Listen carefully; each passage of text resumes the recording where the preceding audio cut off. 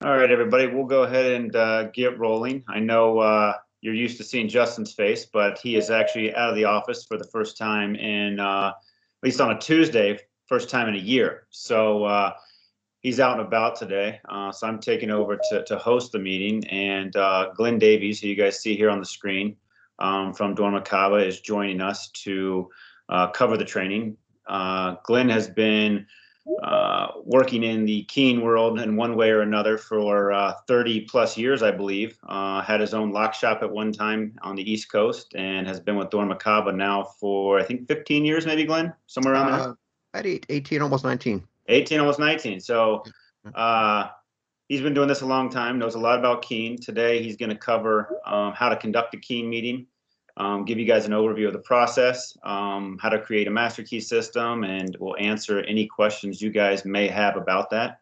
So Glenn, I will let you go ahead and take over control and put your PowerPoint up here. Okay, let me go ahead and share the correct screen. It's always a challenge to get the correct screen up here. So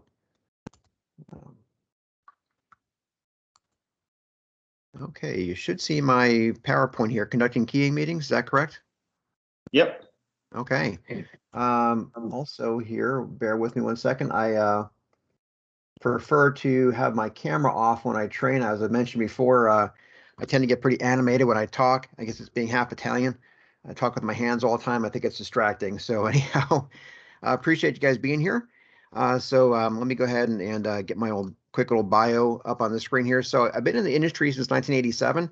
I refer to myself as a locksmith, done a bunch of other stuff as well. Kind of whatever got thrown my way, I jumped on it. I like to learn. And so I've been doing keying systems for a long time. I've been with the company as in one way or another for almost 19 years. I've been doing training for a little over 15 years now. And so there you go. It's probably all you need to know about me for now. I do like to throw a question out there, and it's rhetorical. You can answer it via chat or not. I don't have the chat up. I guess I could do that. But one of the first questions I like to throw out there is, what is the purpose of a master key system? So is it security? Is it convenience? Could it be both? So, and I'll go ahead and answer that. And it's really mostly for convenience. A key system is most secure when it's really not master keyed. If every lock was individually keyed, you would actually have better security. It'd be a little harder to pick open. There would be no compromising the entire system with one key. However, that would be terribly inconvenient. So having a master key system in place makes it much more convenient. You can have different levels of keying, different keys that work larger areas, or even a key that works absolutely everything. So it is possible to do so, but it really is heavily weighted towards convenience. Now, what is the purpose of a keying meeting? Well, it's to figure out the needs of the master key system or the end user that needs a master key system so that we can make a system that balances security with convenience. So, and the goal there is to make sure that that end user is satisfied with that system for a long time.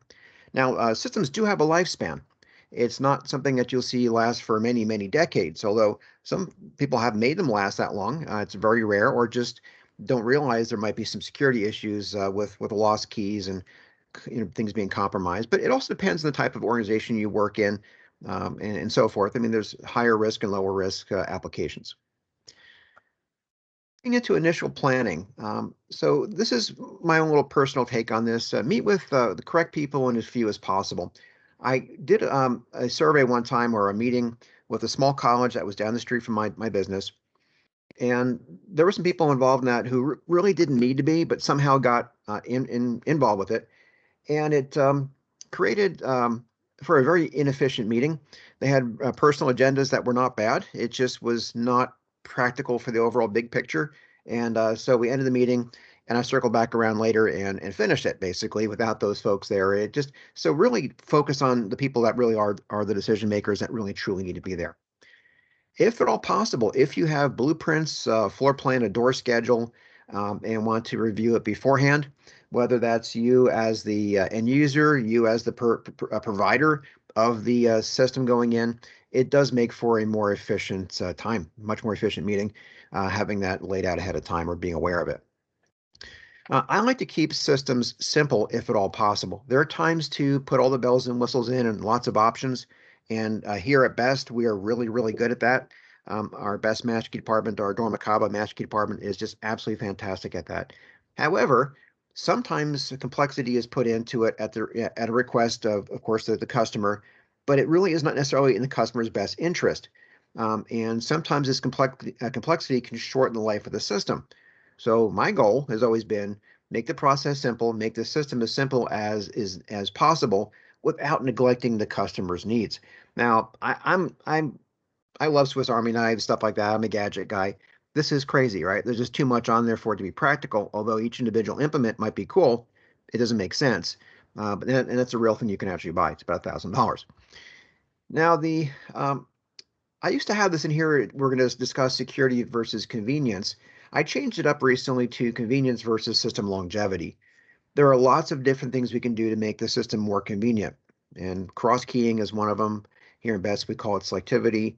There's sometimes janitorial keys, things like that, selective masters, which we'll cover those in a little bit. Sometimes they're really handy up front, but if those keys are compromised, it can shorten the life of your system a lot. So security is not necessarily convenient, as I've mentioned before. Convenience can be complex, not for you using the keys, but for us in the back end. That complexity can also lead to lots of rekeying, and lots of rekeying shortens the system life. So sometimes simple is better.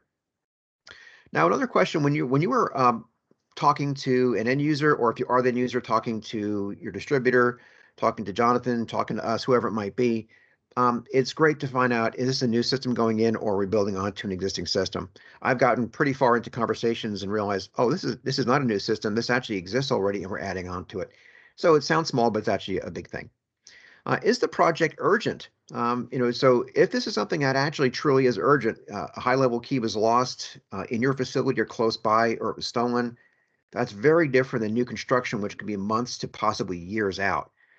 Also, is it a renovation? Because sometimes renos go a lot quicker than new construction does. So obviously the top one here, the key loss or theft, is going to be more urgent than renovation, but renovation will be more urgent than new construction. So helps with the timeline. Sometimes enough hardware on a shelf is not going to be found. Sometimes it has to be built, especially those unusual finishes. So you get a core in a polished bronze finish, something like that, or a lock in an unusual finish or configuration could take a little while.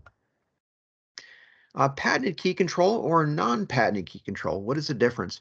Well, the U.S. Patent Office grants exclusive rights for unique designs, and typically those patents are good for about 20 years, including the 3-year filing process. So 3 years plus the additional 17. That means the designer or owner of that patent can do whatever they want with that product for that time period. They can lease it out to other folks. They can have exclusive for themselves. That means in the case of key systems, that you have better control over who can get your keys, because we take your keying process and restrict it so that only the correct authorized people will have the key blanks. So non-patented control, pretty much any locksmith, a lot of hardware stores can go ahead and cut your keys. Who at your facility will be in charge of that system, or are you having somebody offsite do that? So you need a really good plan in place. You need a very responsible person that you expect will be there for a good long time. And you need to back that person up as well. So if the policies in place are not strong, then it doesn't matter how consistent that person is. If leadership or if the bosses aren't backing it up, saying yes, this is policy and we're going to stick to it.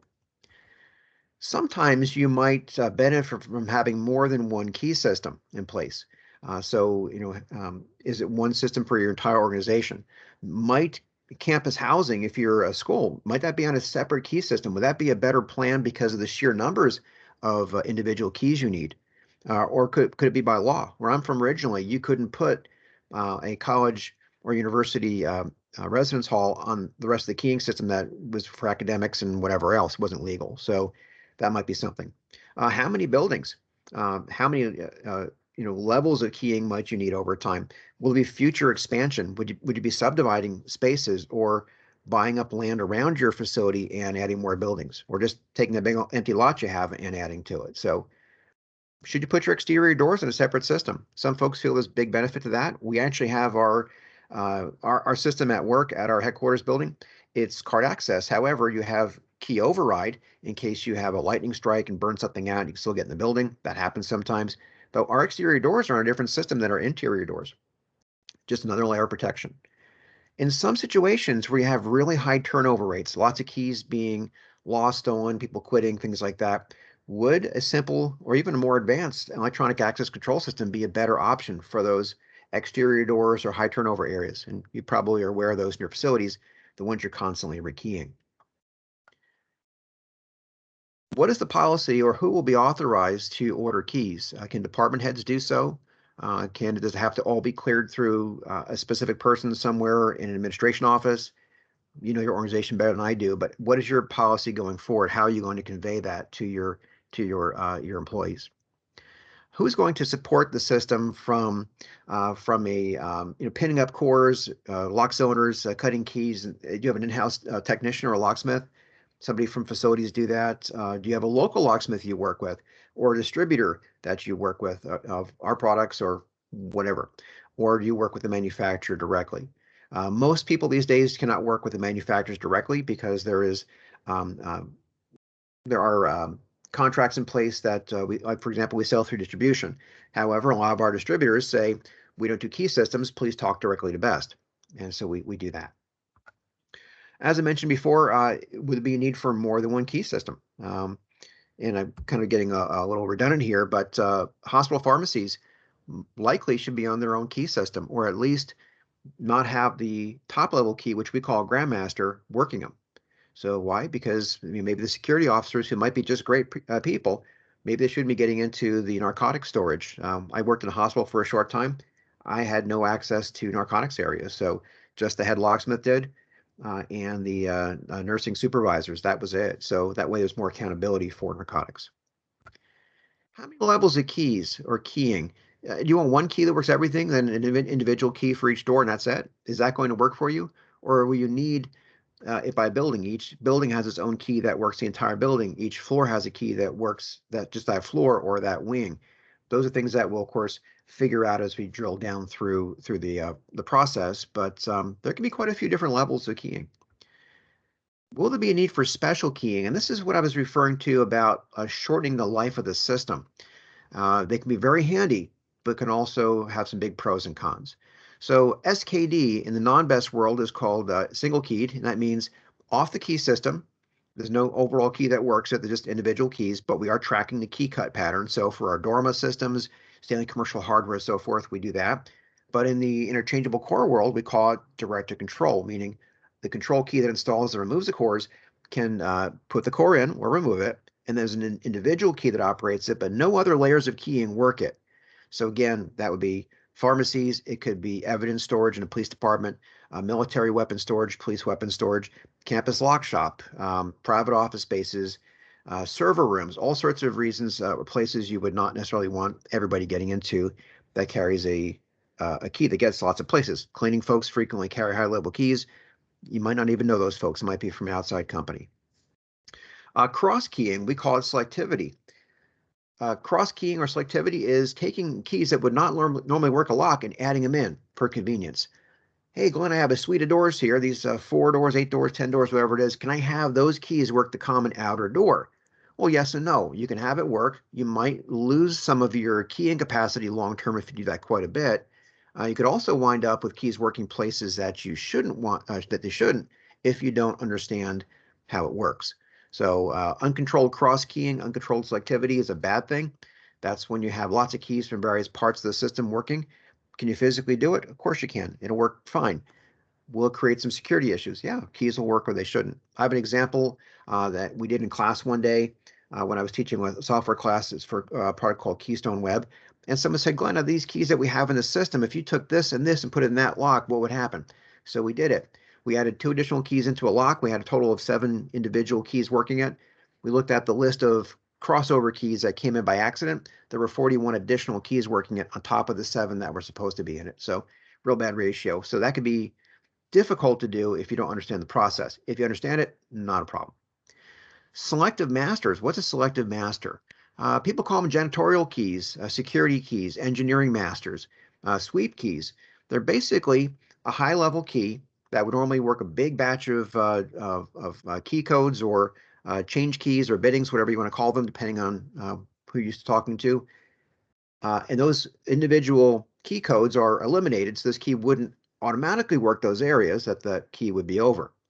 And then you can plug it into whatever lock you wanted to by pinning it up that way. So doing the math, figuring out which parts to put in your lock cylinders or cores to make it work it's very convenient. I could have the cleaning folks get into each office outer door, but not into the private office spaces. I could keep them out of human resources, out of the computer server room, but get into all the corridors and all the other non-private or non-secure spaces.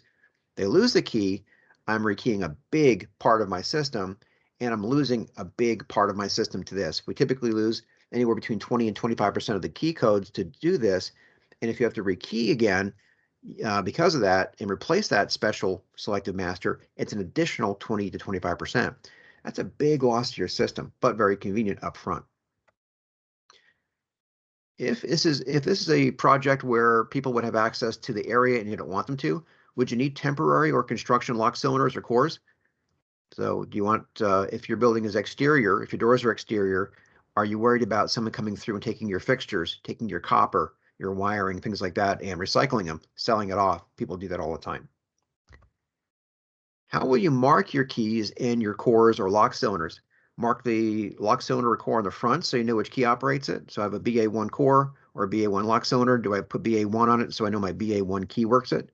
Do I put it on the front or the side?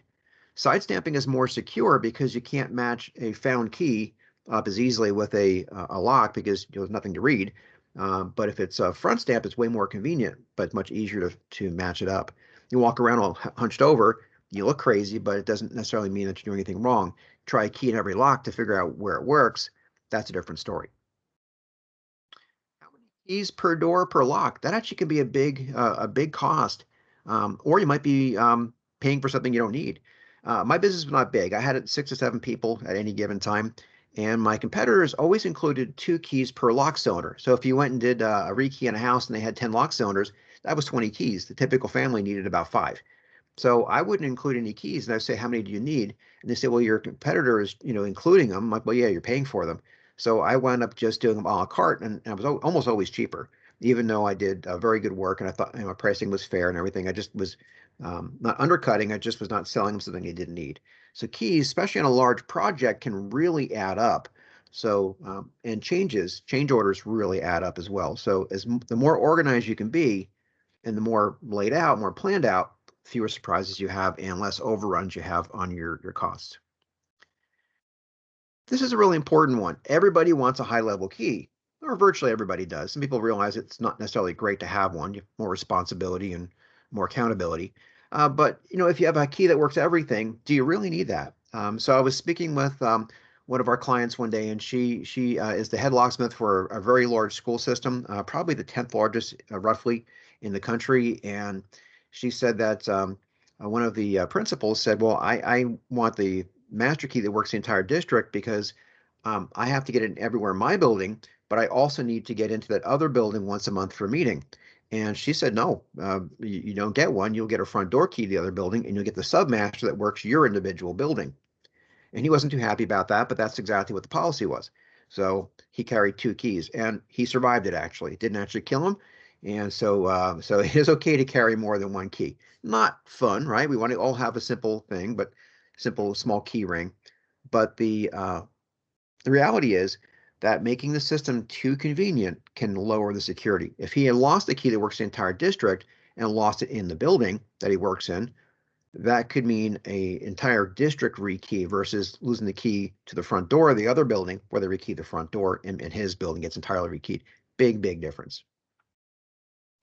So how do you plan on keeping track of these keys in your lock cylinders or cores? Your empty cores, your empty lock cylinders don't really matter that much as far as security goes.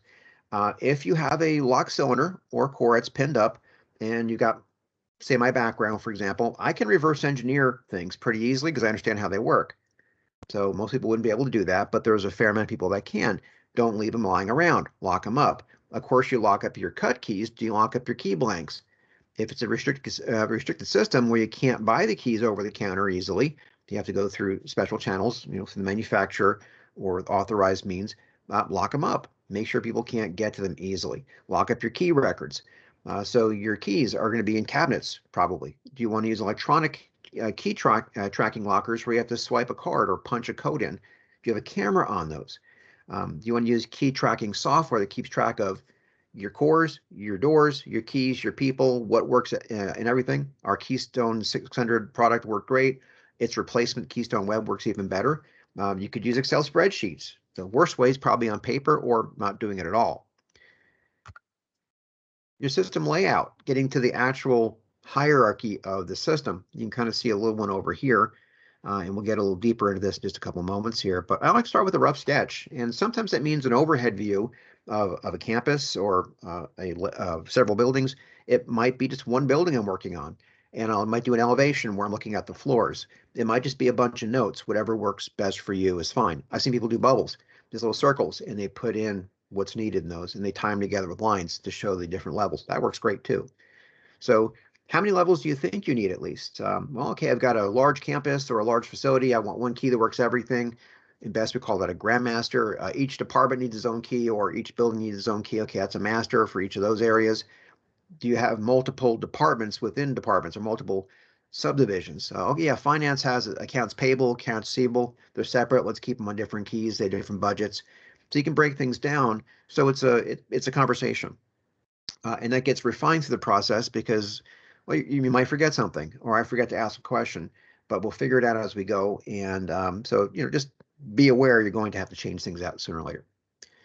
Now, how are you going to name your key system, your levels of keys? There are two primary ways to do this. I've seen 3 or 4, but there's 2 primary ways. There's the best way, and I don't mean that in it's better than the other way, best access way, the way I prefer because I'm more used to it, and I think it's a little easier, but that's a bit subjective.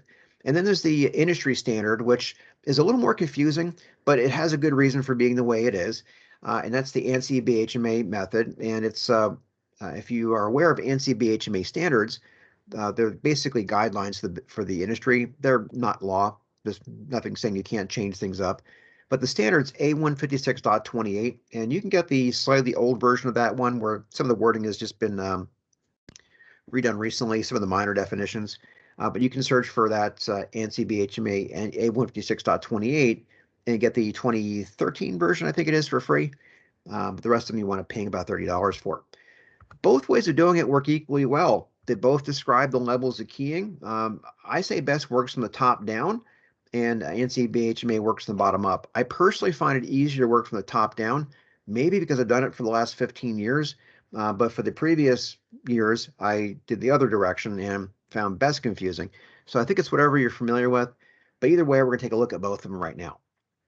So in the standard industry way of doing this, the ANSI BHMA way, also the ALOA way or the DHI way, they're all basically the same thing. You have at the bottom what are called change keys. Those are your individual operating keys that work your probably individual doors. Maybe some doors are keyed alike.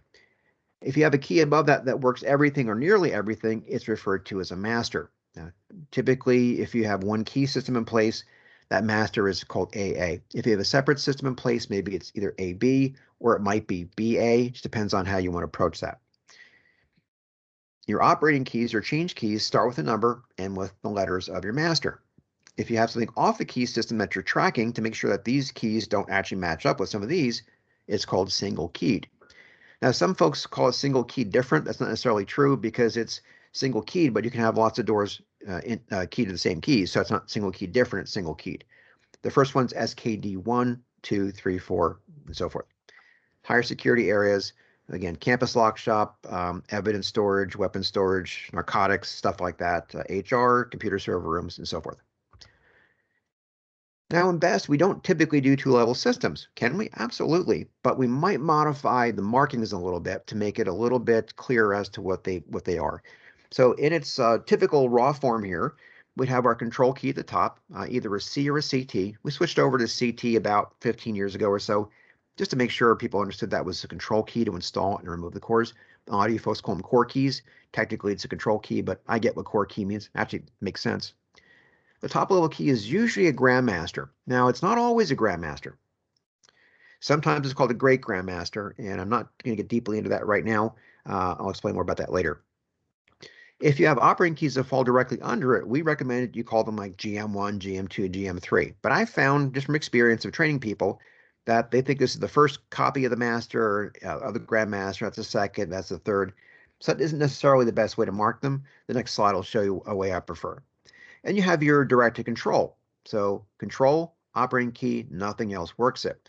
CT1, CT2, CT3. Here's how I prefer to mark them, with a D in front of it. For direct to grandmaster, direct to control, it just breaks the idea that it's a grandmaster or a control key, but not super common to see the two-level system. Getting into a three-level system in ANSI BHMA, you still have your master. You probably have multiple masters now. You have your change keys. Notice the numbers jump to the back. They were originally in the front. That indicates it's a three-level or above. And then you have your top-level key here called the grandmaster, typically a single letter. What if I had a separate system it needed to have marked as well? Probably a B. So you know, B, grandmaster, and a BA, and a BB, and so forth. So you can have your direct to your grandmaster. An A1 key works along with the grandmaster and the operating key, nothing else. And again, you have your single keyed. Looking at the best way here, still building from the top down, we still have our control and grandmasters. We have our masters, now multiples, and our operating keys at the bottom, which take the name of the master above them. So an A1 key falls under A B falls under B, and if we had a master C, it would be a C1 and so forth. And we have our grandmaster, or direct to grandmaster, I should say, and our direct to control as well.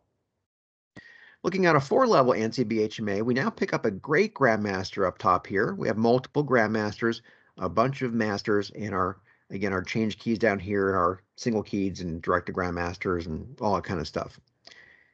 And then we have our best way of doing it, again, more consistent here with control, grandmaster, masters, submasters, and operating keys. And this is where we actually start to get flack from people. And I had a guy in one of my classes stand up one time and said, you know, you guys made up that word submaster. It's not a real word. And I'm like, well, yes, we did make it up, but no, it is a real word. He's like, no, it isn't. You made it up. I'm like, well, yeah, but every word's made up in every language. So your name's made up, my name's made up. So they're all made up, right? So, and you can do things differently, and every generation defines words differently and comes up with new words, and as things progress, and Frank Best called it a submaster, so it actually does exist. And it's really the same levels as we see in ANSI BHMA, just named differently. And it's just a bit more consistent. It's easier to teach, which is probably one of the reasons why I like it better, but not to say the other way of doing it's wrong. Now, are there additional levels? Yeah. If we had additional levels, we would add submasters and submasters and so forth. In ANSI BHMA, let me just go back a slide. You wind up with more G's in front of it. So great grandmaster, great grandmaster, and so forth as you build from the bottom up. I find it's a little harder to lay systems out from the bottom up than it is from the top down. But again, that might be because the last 15 years I've done mostly best systems. Okay. Either way, they're still the same levels, just different names. Now, cross-keying and selectivity, I've mentioned this before a little bit, but let's get a little deeper into it. So it's adding additional keys into a lock zone or a core that would not normally work that lock or core, for convenience sake, basically. This works best if it's planned out ahead of time. Not that it can't be done after the fact, but it's definitely going to be more complex, a little harder to control which keys work what. You're probably aware of this. I think I might have said it. Jonathan might have told you previously that we don't charge for Masterkey System help. If you have best key systems, that's a value add. It's free. And we have a whole bunch of folks in the Masterkey department, a whole bunch of people that are called keying system specialists that help manage key systems, and there's absolutely no charge for that. So, and we just want you to have a key system that works and works reliably for a long time, and that you don't get confused on. If you do, we can help you through it. I would say nearly daily, I'm connecting people that I train with our KSSs in our Masterkey department, and our end user consultants, and our distribution development managers, and all those folks to help manage key systems and to make the process work smoothly. We want to keep this simple, want to keep it limited. And actually, I'll tell you a little secret here. I didn't usually tell my customers about this. If they didn't need it, I didn't bring it up because everybody wants it because it's convenient. Hey, I can carry fewer keys. You can, but if you lose those keys, you wind up keying bigger chunks of your building, which shortens the life of your system. There's not an overall infinite amount of possible key patterns in a key system. And it'll vary quite a bit from brand to brand and system type to system type. So cross-keying selectivity can eat up your codes, biddings, whatever you want to call them, and reduce the system capacity. Depends on how complex you get. And if you don't understand, as I mentioned before, we will help you for free. Now, I'm not the person who's going to be helping you. I can't see your key systems, but I'm more than happy to direct you to somebody that can if need be, and if you have a best key system. Okay, so some principles of this.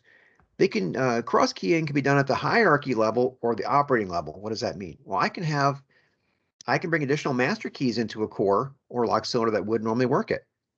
Why? Well, for convenience. That storeroom there needs to be accessed by these department heads. They all carry these masters. I can do so, but there's some rules in there on how it's supposed to be set up. It's mechanical. It's not electronic where you can pick and choose. I use the example sometimes of with a card access system, and I'll have a dozen people sitting in front of me. I'll say, okay, so the first person on the right side of the room there, your key works every odd lock in the building, every odd numbered door in the building. The next person over, yours works every even. The next person works every third. The next one works every fourth or every fifth. It's ridiculous, but you could actually do that with card access, where you can't do that easily with mechanical key systems because you'll wind up with keys working where they shouldn't, and it's just too hard to manage. This involves stacking of codes, and that means putting extra parts, we call them pins or pin segments, into your cores, and that is going to allow additional keys to operate. If it's done wrong, you will have crossovers. Also, what you want to be aware of is that these are typically on higher use doors. Those little small parts we have to put in to make extra keys work it. I don't care which manufacturer's lock cylinder is, you're going to have to replace that lock cylinder more often because those smaller parts for selectivity or cross keying wear faster than the bigger pieces do when you don't have cross keying involved, and you'll have to lubricate them more often as well, so there'll be more maintenance involved. At risk of crossovers and other problems, we want to help minimize that. So again, ask for help if you don't understand the process. Now, cross keying is done a couple different ways in the industry. Most manufacturers put an X in front of the marking. So in other words, if I have a BA1 lock and I have a BA1 key, if I was working outside of BEST, I'd probably put an X in front of it, XBA1 on the lock cylinder or core. If it's in BEST, we put it afterwards. And we prefer to put it afterwards because we still know it's a BA1 core. The X tells us there's an X factor, right? There's an unknown. We look at the records and it says, oh, okay, there's additional keys operating this, and these are the additional keys. And if it's done correctly, there won't be any issues. So that's the, we call it the op by column, additionally operated by. So for example here, if I have an A1X core and I additionally want the A2 and A3 to work it, I would be able to do that. I'd mark the core A1X, either on the face or the side. In the notations on the paperwork, it would say additionally operated by A2 and A3. A1's our base code. The X indicates the presence of cross keying or selectivity. Again, the same thing. There is no A1X key, however. The core is modified to accept additional keys. The A1 key still works it. The A2 and the A3 work it. The A master, the grandmaster, and the control work it as well. This is not intended to replace master key systems, by the way. It's intended to be put in place for convenience. It's very common in residence halls, in colleges and universities. It's very common in apartment buildings, but use it in a limited way, in an organized way, and you won't have issues. I've seen a couple of systems where they just don't care if there are issues, and it is just a disaster. Keys work all over the place. And in the one place, there's medical records being dealt with, and it really kind of scares me. They're going to get nailed one of these days. Okay, so what is a selective master? I've talked about these before, the engineering key, the security key, the janitorial key. Here's the ANSI BHMA definition. I will read it. So an unassociated master, which means one that is not being used for anything else in the system, which can be made to operate any specific locks or lock cylinders or cores in the entire system in addition to the regular master keys, or change keys, we call them again operating keys, for the cylinder or core without creating key interchange, without keys working where they're not supposed to. So very frequently they're marked ENG, SEC, JAN, or just J for janitorial. So in our best A2 system, which is about 84% of the key systems we produce, we lose 25% of the usable key codes to this option. That's a big, big chunk. Now, what if this was a non-best key system? Say it's XYZ brand of standard lock cylinder, and they have to deal with what's called MAX loss, maximum adjacent cut specification loss. That means that if you have a very deep cut, one manufacturer's 9 cut wipes out a 0 or a 1. So you couldn't have anything more than a 7-step difference. You couldn't do a 1 or a 0 because it disappears off the key. The cuts actually literally wipe it out. So you have to be aware of that. That's about 20% roughly of your usable key codes become unusable because of that, and so you flush them. And the typical non-interchangeable core system is a 6-pin system, double step, like we have in BEST. Don't worry about those specs. And you're going to wind up with roughly 3,000 usable keys in your system, different key cut patterns. What do we have in a BEST 7-pin A2 system? Over 16,000 usable. What about a 6-pin system? Over 4,000 usable. So a lot more because we don't have maximum adjacent cut specification loss or max loss. So be aware of that because that actually can really mess with your numbers. Special keying can get very complicated. Sometimes we just find that in the long run, it's actually cheaper to do card access or some kind of access control. If you're not familiar with it, we have a relatively new product out. It's called Switch Cores, part of the Switch Tech system, and it can replace the majority of interior small format interchangeable cores or best style cores with a small access control system. Basically, it's a little like a replacement core. It's got a little knob on it. You use your cell phone credentials to get in. So it's managed through several different types of access control systems in the market. Genetec, OnGuard from Linnell, a new one called Locked, L-O-K-T, all done online, and very cool. And in the next few weeks, I'm probably going to start doing an overview of that, although one of our product leaders has been doing lots of training on that. Again, ask for help. Ask the experts. You can't always be an expert in everything. If your job does not train you specifically on stuff, ask for help. There's tons of people in the industry, including us, that are more than happy to help you out to figure out what you need. Okay, so reasons to use Selective Masters. You need to get into lots of doors, but not every door. It might be throughout the entire facility. Your cleaning crew might need to get into lots of places, but not every place. And so you can do a Selective Master rather than giving them a giant ring of keys or giving them a key that works everything. So you're going to pick and choose which doors work what. I've got an outer door, a key the same as the inner door. However, their key works the outer door, doesn't work the inner door to my private office space. So I leave my trash can out in the commons area so they can empty that at night. So various ways to do it. It works great. Lose that key could be an issue. And as I mentioned before, no one really wants to carry around a giant key ring. And time is money. So if people are going through large, tedious key rings, they charge for it, right? So if I have an outside agency comes in, does my network wiring, and I give them a ring with 100 keys on it, or give them 5 rings with 20 on there, and they're thumbing through that trying to find stuff, that could be a real pain. Give them a key that gets them where they need to go, all access to the network closets and the server room, then great. Now he loses that key, he has to pay for the rekey. Write that into your contracts. Reasons to not use Selective Masters. Well, if it's lost, as I mentioned probably 3 or 4 times already, the affected areas will probably have to be rekeyed. It might not be possible to add another Selective Master in because you lose at least 25% of your system in a typical A2 type system. You might not have enough capacity left to add another Selective Master. Plus, you're rekeying all those doors again. So it can be a real pain sometimes. And in the A4 systems, I didn't bring that up. It's our less common system, roughly 15% of what we produced over the years. You lose 20%, which is still a big batch. That's about 15,000 key codes out of the 78,000 you want up losing. And if you don't understand it completely, you can have keys work where they're not supposed to. And you wouldn't know that until maybe something winds up missing. Or someone goes, hey, my key worked in a door it shouldn't have worked in. Well, why'd you try it? Oh, I got confused as to which door I was supposed to be in, and it worked, and that happens. Okay, let's switch gears a little bit here. And this is really kind of a goofy question. It's not really actually a question.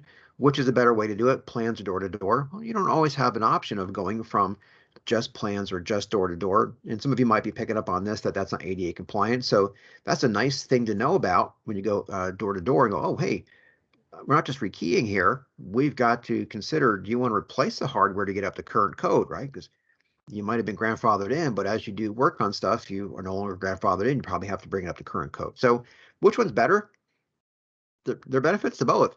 If you have the option to walk a site to get a feel for it, great. If you have to just work from blueprints or door schedules, because that's all there is at this point, or you're too physically far away from the job, that's fine. But take good notes and work with what you got. So make up some kind of little form, or I know there's I can't think of them right now, but there's a couple of apps you can get for tablets and things where you can just you pay for that service and you can go ahead and not make your own form up. I just use a spreadsheet. So when I'm doing something now, I use an Excel spreadsheet. Years ago, when I did it on paper, literally it was just paper. Take a legal pad, put some lines on it, some headers, and just run with it, or print something out ahead of time. Ask questions. If you're new to this process, ask. Don't assume. It's not a good thing. It'll cost you money in the long run, or to be a hassle, slow down a project, whatever it is. Just feel free to bring up issues, ask questions, whatever. Now, if you're surveying doors, by the way, and these are existing doors, just a little side note, like I showed on the previous slides here, if you see something that's not correct, just make a notation of it. This has a leaky door closer. This door frame is not allowing the door to close correctly, or the door is dragging on the floor, the hinges are twisted. That's not necessarily something you're going to take care of right off the bat, but it is something you can provide to your bosses, or if you're providing the survey to the building owner on a renovation, just to help smooth things along. If a lock's not working correctly, what's the point of rekeying it? Maybe you need to replace that hardware. I found out that the moment I touch something, I own it. So I'd always check the function of locks, especially residentially when I tried or did rekeying, to make sure it works. Like, hey, this lock isn't working well. Would you like me to see if I can adjust it out? Or, it's one you to be aware of before I took it off the door. So after the meeting is where sometimes it gets a little bit trickier. It's actually the part I prefer. When I get to sit quietly and work by myself, I work best when I'm with no distractions, all by myself. I think that's part of having a little bit ADD there. But you're gonna start adding up your core marks. What does that mean? Well, I've counted up various doors and figured out how they're gonna be keyed. Now I'm gonna figure out how big are my levels of keying, how much spare room do I need for rekeying, things like that. So this is the general guideline here. We'll get more specific on the next few slides. So I'm going to take a look at my notes, and doors that are keyed alike, like my training room has a front door, a side door, that's the same key. So that's considered 1 for keying purposes, 2 for cores, for hardware purposes, 2 exit devices, 2 rim cylinders, 2 handles, all that kind of stuff. But for keying purposes, it's considered 1. If this was a low to medium rekeying need area, so, a history of people not losing a lot of keys, not, walking off with them, I'm going to count up these uniquely keyed doors that I have. I'm going to account for any future expansion, meaning, other plans to subdivide or add onto the building. And if it's low, I'm going to add 1 and 2 together, and I'm going to multiply by 1.5 to get the number of key codes I need. Now, if it's a little bit closer to the medium rekeying needs, and it's a bit subjective, but I'd probably double what I think I need. And that'll help me determine how many key codes I need for each master level. Now, understand, though, that there are very specific quantities, the way the math works out, and you'll see that coming up. You can't just say I need 25, so I'll put 25 in there. It doesn't work that way. There are levels of keying you get stuck into by the way the math works out. Now, if it was a little bit higher rekeying need here, so maybe an area with a more itinerant group, or a group more prone to lose keys, younger folks in like freshman year of college or university tend to lose more keys. Sometimes I found in some colleges it's the 21-year-old guys that go get blind drunk and lose their keys. And actually what a lot of times is happening is people are throwing them in the trash so they don't drive. That's a real thing, believe it or not. But in areas with the higher rekeying needs, I'm going to probably at least double what I think I need right now. I might even use more than that. So hey, is there a history of key loss anywhere in this building? Like a group really loses keys a lot? Oh yeah, this group over here, they're just a bunch of party animals, or seem to be a group of forgetful people that keep losing their key rings, and we rekey there way more often than the rest of the facility. So you may need double, triple, quadruple what you think you might need right now. Okay, so A2 or A4, or if you're talking best. Now, what if it's Dorma or Stanley Commercial Hardware? It's pretty much going to be similar to the A2 system, but it tops out around 4,096, and you wind up with max loss. But our A2 and A4 systems are a bit different from each other. This is about the most perfect system you could get. This is nearly perfect, but not as perfect in my opinion. Nothing wrong with it, but it's much larger. So these are the sizes you're stuck with, meaning my master level keys are various sizes and types, master, submaster, sub-submaster, and so forth. It could be 4 total key codes, 16, 64, and so forth. These are all powers of 4 or powers of 5. So we generally go towards the A2 system. It's just a bit better of a system overall, easier for us to manage, which is important to us. and it's our go-to system. If we need a bigger system, once in a while we use A4. Keep in mind these sizes are what we're stuck with. So let's do a simple example here, then we'll get a little more complex. I got to hurry up too if we're going to run out of time. So we have a current need for 25 unique core marks codes, individually keyed doors in a admin office of a university, generally a pretty stable group of folks, don't lose a lot of keys. So it's a low rekeying need. We're going to multiply this 25 times 1.5. We're going to wind up with 37.5. You have to round up because you can't have half a key code. And so how big, or what's the minimum size we could use out of the 4, 16, 64, 256, 1024, or 4096 master key sizes? What's the correct size? Now, keep in mind also that we only have 4 at 4096. That's the entire system size, right? So we get a whole bunch more when we get smaller sizes. Yeah, and I'm sure you're right, 64, right? 4, 16, 64. Is it more key codes than we need? It is, but 16 is too small. 64 is the one we're stuck with. That sounds awful saying it that way, but that's pretty much how it works out. So you're going to do this for each area, starting with the smaller groups, and the smaller groups added together wind up being the larger masters or larger levels, and those larger levels might fall under other larger levels and get bigger and bigger as they go. So you might have that overall key, which we call grandmaster typically. You might have masters for buildings, submasters for individual floors, sub-submasters for wings of floors or departments, however you want to do it. So again, this is how we add them up. So now, if they don't fit our A2 system, what do? We could use A4, or there are other ways to key systems as well. There's rotating constant master key systems, which are very hard to control how big your masters are, but are very, very large key systems. If you have a lot of operating keys you need, but very few intermediate masters, that's a possible way to go. We don't tend to do that at best because it's pretty much uncontrollable how big it's going to be. But you also could do something called multi-milled. Some folks call them sectional keyways. Some folks call them, blanking on the name there, multiplex keyways. And what that means is, for example, and I'll just use our original key series, for example, some of our older core designs and the keyways, the keyhole shape. Say I had about 16,000 key codes in my A2 system, but I really needed 20,000. Would I go to the A4 system? I could. But what if I was not sure if I needed that, and I'll be fine with my D keyway best system, and I will never get to that 16,000 key codes in my lifetime. And then you do, and you go, oh no, I have to replace the entire key system, but we're also adding, doors. What can we do? You could add a second keyway. So you could add an E keyway, for example, and D and E are different from each other, can't work each other, but we can grind a DE blank that'll fit in both. You can reuse your key cuts. Same cut pattern on two different locks the keys can't work each other, but that DE blank can be your great grandmaster. You elevate your grandmaster to a great grandmaster, and now that can work everything because it physically fits in both sides. And the J and the K work well together. The L and the M work together that way as well. You can also do it with 3 keyways together. The DE and the F work great together that way. Or 4 keyways together, D, E, F, and G, or J, K, L, and M. Or if you want 5 keyways together, A, D, E, F, and G. So imagine taking the 78,125 total key codes from the A4 system and multiplying it times 5 keyways. That's a lot of key codes in a system. Do we do that frequently? No, but it can be done if need be. So, and each of these has its pros and cons, so ideally you wouldn't want to have multiple keyways in a key system. It gets a little harder to manage.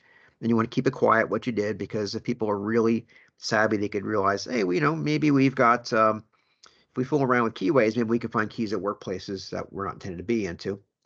If it's a patented key system and restricted, they can't get the blanks, so you're in pretty good shape.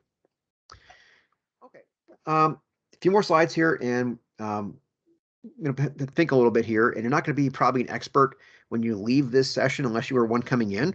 So, but this will get your mind thinking a little bit about this process, I think. So I've got one small to medium sized office building, and it's going to have just 3 floors, and we're going to have it broken up in a few different ways here. So the client, the owner of the building, has said, I want 1 key to work everything. We'll probably call that the grandmaster. And then he or she wants a master per area. However, these are all individual tenants here, but the first floor is one big tenant with several departments, and they decided that they want one master, which we'll call Master E, to work everything. However, they want to break it down by department so that we have submasters, EA, EB, and EC working under Master E. So each of these has its own key, plus its own operating keys for the various individual doors. A bit random here, I threw some numbers in here. So each of these areas has a group of doors that need to be individually keyed. So 23, 42, and so forth here. So how big would each one of our masters be, or submasters, and then our Master E, and how big is it result? How big does our Grandmaster need to be? How much capacity does that Grandmaster key need to have to be able to accommodate this? So this is the process.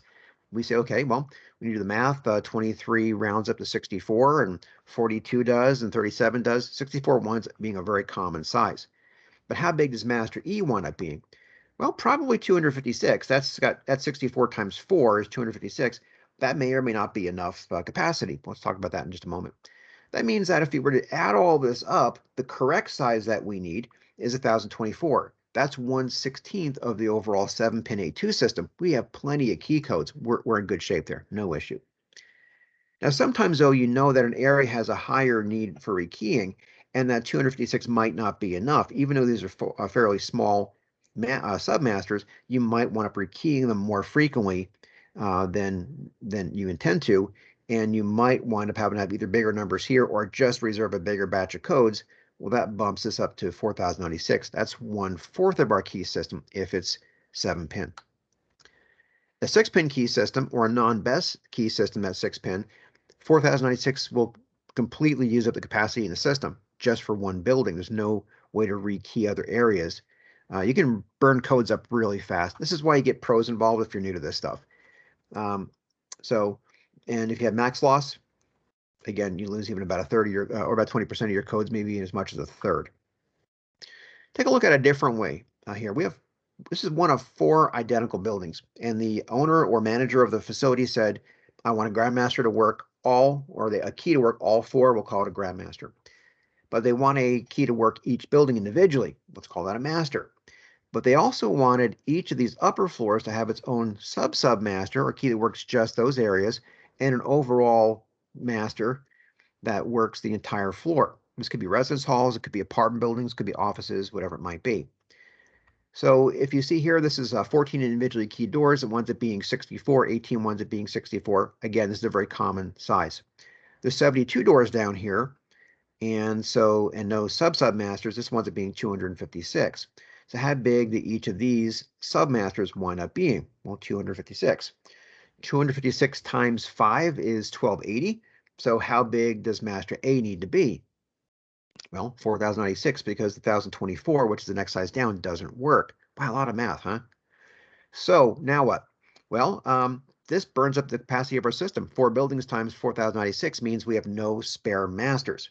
So could we simplify this a little bit? It depends on what the need was. Why do we need this here? Oh, if that's for the cleaning crew, make them carry individual keys for the individual areas, simplify things. If it's a need to have these levels here, maybe we need to go to A4, maybe we need to go to multi-mill keyways. Let's take a look at another option. So in this situation here, maybe we don't need to have sub-submasters. We only need a submaster per floor. That may or may not be the need of the client, but if it is, well, now we have a much smaller master. When you add up all the needs here, you're at, again, 1/16 of the system. You got plenty of room for rekeying. Now, let's take a look at this one. This has submasters for each area, just like we did, or a lower level master for each area. But the cleaning people need to get in by floor. Now, instead of having a key that works the entire floor, they got to carry 2 keys, which again won't kill them. It's just not as convenient. So there you go as far as that goes. How big does this master wind up being? Well, 1024, because total current need, and I've done the math ahead of time, is 768, which really comfortably fits into 1024. Leaves us 256 additional key codes to play around with, which is plenty. And well, there you go. Now, as I mentioned, this is some confusing stuff, and that's why we have experts that do this. And as much as I enjoy doing this stuff, it can give you a headache and it can be complex. So you really got to take good notes. You really take your time to get through it. Now, were there any questions? And Jonathan, feel free if there were any that came through chat. I didn't look. If you have any questions in general, feel free to ask. I do my best to answer them. And also happy to answer questions afterwards. You can always get a hold of Jonathan. You can forward stuff to me, and happy to do so. I don't see any questions in the chat, but hey, please, if you've got them, plug them in there. I think everybody's still on mute. How can we get a copy of your slideshow, Glenn? Okay, what I can do is I can I'll make it. Actually, I have a PDF of it. What I'll do is I'll email it out to Jonathan. Jonathan, feel free to distribute that whatever way you want, and just do whatever you want with it. So. Yep, I will put it in the. I'll send a follow up for to everyone who joined, and I will plug the PowerPoint in there so you guys have it. Okay. Well, folks, I hope you got a little, taste of what this takes to figure it out. I used to teach a class in this one fairly regularly early on when I started working in this job role, and it was 2 to 3 days. And most people left with a headache, including me. There's a lot of details. So, but over time you get better at it. But at least understanding a little part of it, or at least an overview of the process might make it easier as you go forward, try to manage your own key systems or try to lay out some key systems. So, Jonathan, thank you so much for inviting me. Really appreciate it. And if I can help you out in the future with anything else, feel free to let me know. Be happy to do so. Awesome. Thank you, Glenn, and thanks to everybody who joined us. And we will see you guys next Tuesday. Take care, folks.